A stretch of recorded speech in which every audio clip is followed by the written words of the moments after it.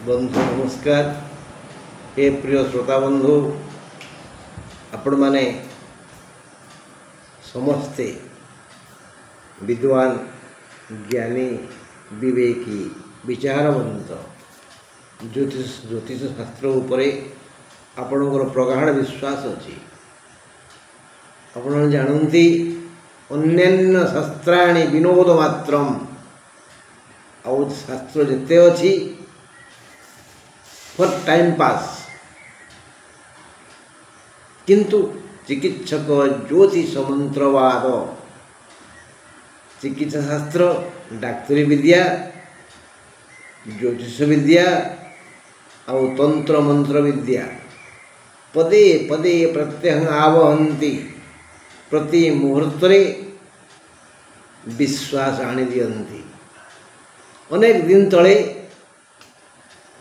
जब मु कलाहांडी शिक्षकता करुली, तेबे जड़े चिकित्सक को पचारि, आज्ञा आपणकर चिकित्सा शास्त्र चिकित्सा और मोर शास्त्र है ज्योतिष, हेले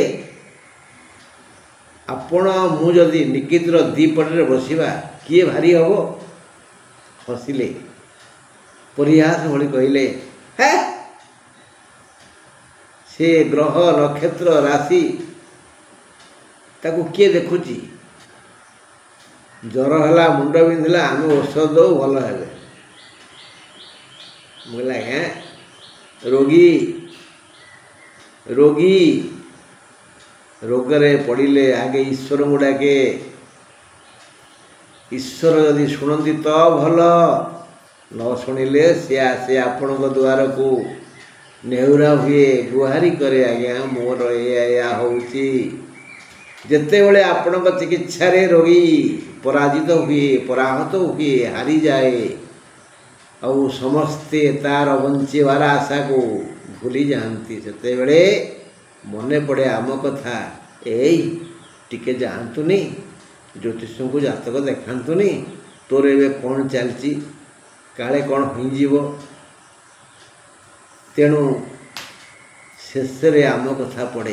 एथर बुझंतु निकितिर केउ पालाटा तले रहिबो, केउ पाला ऊपर को जीवो। से हसी थिले एवं कही थिले जुक्ति ठीक ठाक। हाँ बंधु, आज आम मीन राशि उपर आलोचना करवा। संक्रांति पड़ेलाणी, 16 तारीख चलीगलानी। तेणु जुलाई 16 रु अगस्ट 17 जाए जो मास, से मासरे मीन राशिर समस्त व्यक्ति केउ केउ समस्यार सम्मुखीन हेबे, से समस्या किभली समाहित हेबो, से विषय रे आसंत दुख सुख हेबा। द्वादश राहु, तेणु से देह को पीड़ा दब, देह मुंड बिंधिब, दरद हेब, व्यथा लागिब। जन्म शनि मन को आतंकित करिव, केते बळे कौन हो जाई पारे। पंचम बुद्ध शोक संवाद आनी से आशंका को बढ़े दब। पंचम रवि अभाव केमती माड़ी आसब से चिंता करुछि। आउ चतुर्थ बृहस्पति वृथा खर्च करी करी दरिद्र करदब। ये गला ये मासर सबुकिछि अघटन। राहु, शनि, रवि, बृहस्पति, बुध, 5टी ग्रह असुविधार पकेबे, दुख देवे, गोड़ टाणिबे, धक्का पकेबे, तले पड़गले हे हे हे हे हसिबे। किंतु अन्य ग्रह माने जिमती केतु, मंगल, शुक्र, एमाने कौन करिवे? एमाने किसी साहाय्य करिवे, सहयोग करिवे, आनंद देवे।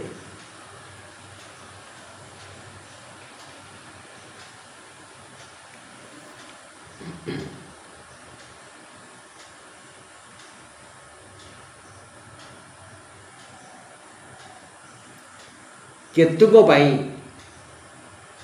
ମୀନ ରାଶିର 3 ନକ୍ଷତ୍ର ପୂର୍ବଭାଦ୍ର, ଉତ୍ତରଭାଦ୍ର ଓ ରେବତୀ ମହା ଆନନ୍ଦରେ କାଳାତିପାତ କରିବେ। ଧନ ଜନ ଗୋପ ଲକ୍ଷ୍ମୀ ବଢ଼ିଯିବ। ସମାଜରେ, ପରିବାରରେ, ଲୋକଗହଳିରେ, କର୍ମକ୍ଷେତ୍ରରେ ସର୍ବତ୍ର ସୁଖ ଓ ଆନନ୍ଦ ମିଳିବ। ସେଥିରୁ ଆପଣ ଶାନ୍ତି ସାଉଁଟିବେ। ଏଇଠି ଆମେ ଟିକେ ଦୁଃଖ ସୁଖ ହେବା। ଏଇ ଗ୍ରହମାନେ ମାନେ କେତୁ ଯିଏକି ଶୁଭ କାମନା କରିବେ, ଯଦି ସେ ଜାତକରେ ସୁସ୍ଥ ଥାନ୍ତି, ଶୁଭ ଗ୍ରହଙ୍କ ଦୃଷ୍ଟିରେ ଥାନ୍ତି, ତାହେଲେ ଏଇ ସୁଖ ଆନନ୍ଦ ଅତି ପ୍ରବଳ ହେବ। ଅନ୍ୟ ପକ୍ଷରେ ରାହୁ, ବୃହସ୍ପତି, ବୁଧ, ରବି ଏମାନେ ଯଦି ସୁସ୍ଥ ଅବସ୍ଥାରେ ଥାନ୍ତି ତାହେଲେ ଦୁଃଖ ବି କମ୍ ଦେବେ। ଜନ୍ମ ଜାତକରେ ଥିବା ଏଇ ଗ୍ରହମାନେ ବୃହସ୍ପତି, ରବି, ବୁଧ, ରାହୁ ଯଦି ଅସୁସ୍ଥ, ପରାଜିତ, ପରାହତ, ଶତ୍ରୁ ଗୃହଗତ, ବିକଳିତ, ଅଶାନ୍ତ, ତାହେଲେ ତ ଆମର ଅବସ୍ଥା ସେୟା ହିଁ ଯିବ। ଆଗେ ଜନ୍ମ ଜାତକ ଦେଖିବା, ଜାତକରେ ଏବେ କେଉଁ ମହାଦଶାର କେଉଁ ଅନ୍ତରଦଶା ଚାଲିଛି, ତାପରେ ଦୁଃଖ ସୁଖ ହେବା। କେତୁଙ୍କ ହେତୁ ମୀନ ରାଶିର ନକ୍ଷତ୍ରଦ୍ୱୟ ଧନୀ ହୋଇଯିବେ। ଅକସ୍ମାତ୍ ଧନଲାଭ ହେବ, ସମ୍ପଦ ବଢ଼ିଯିବ, ସୌଭାଗ୍ୟ ବୃଦ୍ଧି ହେବ, ଆଉ ଅନେକ ସୁଯୋଗ ଆସିବ, କର୍ମକ୍ଷେତ୍ରରେ ଉନ୍ନତି ହେବ, ବ୍ୟବସାୟ ବଢ଼ିଯିବ, ବଢ଼ିଆ ଲାଭ ହେବ,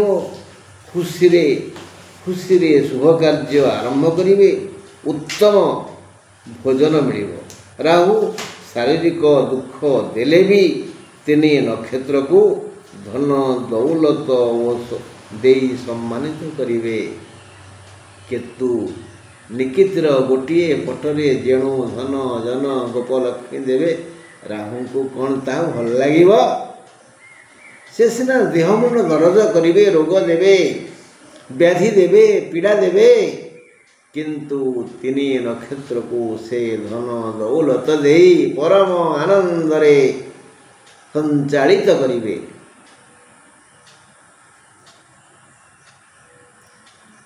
ରାହୁଙ୍କ ପାଇଁ ଉଚ୍ଚ ସମ୍ମାନ ମିଳିବ।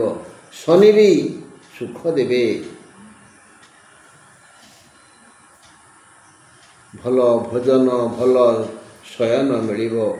ସବୁ ଜାଗାରେ କେମିତି ବିଜୟୀ ହେବେ, କର୍ମ କ୍ଷେତ୍ରରେ କେମିତି ସମ୍ମାନ ପାଇବେ, ସେ ଚିନ୍ତା କରିବେ ଶନି। ଶୁକ୍ର ଏହି ସମସ୍ତ ଧନକୁ ମାସ ସାରା ବଢ଼େଇ ଶିଖରରେ ପହଞ୍ଚାଇ ଦେବେ।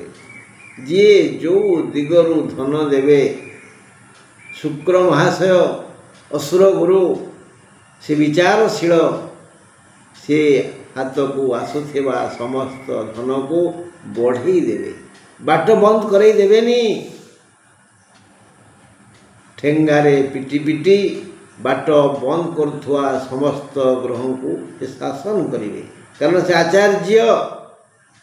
ମାତ୍ର ଦୁଃଖର ସହ ଜଣାଇବାକୁ ବାଧ୍ୟ ହେଉଛି, ଏହି ଅର୍ଜିତ ସମ୍ପତ୍ତି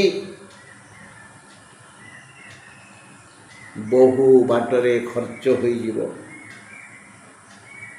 ଷଷ୍ଠ ମଙ୍ଗଳଙ୍କ ଯୋଗୁଁ ଏହି ଧନ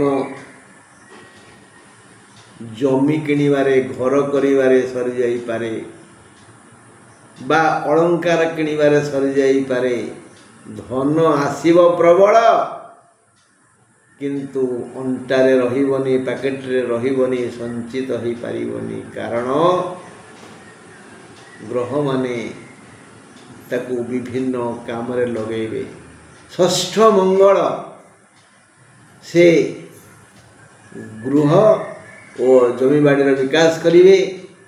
ଏ ଧନ ସବୁ ସେ କାମରେ ଲଗେଇବେ, ଆଉ ବୃଥା ଖର୍ଚ୍ଚ କରାଇ ଦେବେନି।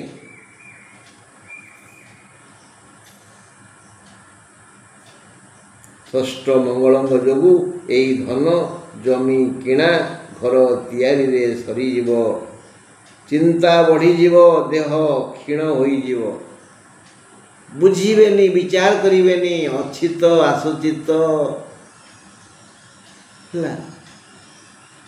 ଏତେ ପାଗଳ ହେଇଯିବେ ଧନ ଖର୍ଚ୍ଚ କରିବା ପାଇଁ, ପରେ ବାର ଦୁଆର ହେବାକୁ ପଡ଼ିବ। ଏତେ ଆୟ ହେଲା, ତମେ ବୃଥା ଖର୍ଚ୍ଚ କରିଦେଲ, ପ୍ରିୟ ଲୋକ ଧିକ୍କାର କରିବେ। ଏଇ ଚିନ୍ତାରେ ଦେହ କ୍ଷୀଣ ହେଇଯିବ। ତେଣେ ଗ୍ରହମାନେ ତ ଦଣ୍ଡ ଦେବା ପାଇଁ ପ୍ରସ୍ତୁତ ଅଛନ୍ତି। ପ୍ରଥମେ କହିଲି, ଫଳରେ ପରିବାରରେ କଳହ ସୃଷ୍ଟି ହେବ, ଦାମ୍ପତ୍ୟ ଜୀବନରେ ଝଗଡ଼ା ସୃଷ୍ଟି ହେବ, ଆଗେ ମନାନ୍ତର ତାପରେ ମତାନ୍ତର ହେବ, ଆଉ ସେଉଠୁ ମୁଣ୍ଡ ଗୋଳମାଳ ହେବ। ବାଧ୍ୟ ହୋଇ ମହିଳାମାନେ ଚାକିରି ଖୋଜିବେ, କର୍ମସଂସ୍ଥାନ ଖୋଜିବେ, ନହେଲେ ଘର ଚଳିବ କେମିତି, ପିଲାଛୁଆ ପଢ଼ିବେ କେମିତି, ଖିଆ ପିଆ ହେବ କେମିତି, ଏହି ଚିନ୍ତାରେ ଘର କୋଣରେ ଲୁଚିଥିବା ଶାଢ଼ୀ ଭିତରେ ନିଜକୁ ସଜଉଥିବା ମହିଳାମାନେ ବାହାରକୁ ବାହାରିବେ, ସଂଗ୍ରାମ କରିବେ, ବୃତ୍ତିର ବ୍ୟବସ୍ଥା ଖୋଜିବେ, କର୍ମସଂସ୍ଥାନ ପାଇଁ ବ୍ୟସ୍ତ ହେବେ। ତାଙ୍କୁ ଚାକିରି ମିଳିଯିବ। ହଁ, ମୀନ ରାଶିର ମହିଳାମାନେ ଚାକିରି ଖୋଜିବେ, ଚାକିରି ମିଳିଯିବ, ଆୟପନ୍ଥା ଖୋଲିଯିବ। ତେଣୁ କର୍ମସଂସ୍ଥାନ ଖୋଲିଯିବା ପାଇଁ ସେ ବ୍ୟସ୍ତ ହେବେ। କୃଷିରୁ ଆୟ ହେବନି, ବ୍ୟବସାୟରୁ ଆୟ ହେବ। ବିଦ୍ୟାର୍ଥୀମାନେ, ଗବେଷକମାନେ, ଛାତ୍ରଛାତ୍ରୀମାନେ ଶୃଙ୍ଖଳିତ ହେବେ, ସେମାନଙ୍କର ପରିଶ୍ରମ ସଫଳ ହେବ, ସେମାନେ ଅବଶ୍ୟ ଅଗ୍ରଗତି କରିବେ। ବନ୍ଧୁ, ସରିଗଲା। ମାନେ ଜୁଲାଇ 16ରୁ ଅଗଷ୍ଟ 17 ଯାଏ ମେଷ ରାଶିରୁ ମୀନ ରାଶି ଯାଏ ମାସିକ ରାଶିଫଳ ସରିଗଲା। ରହିଲି ବନ୍ଧୁ, ନମସ୍କାର।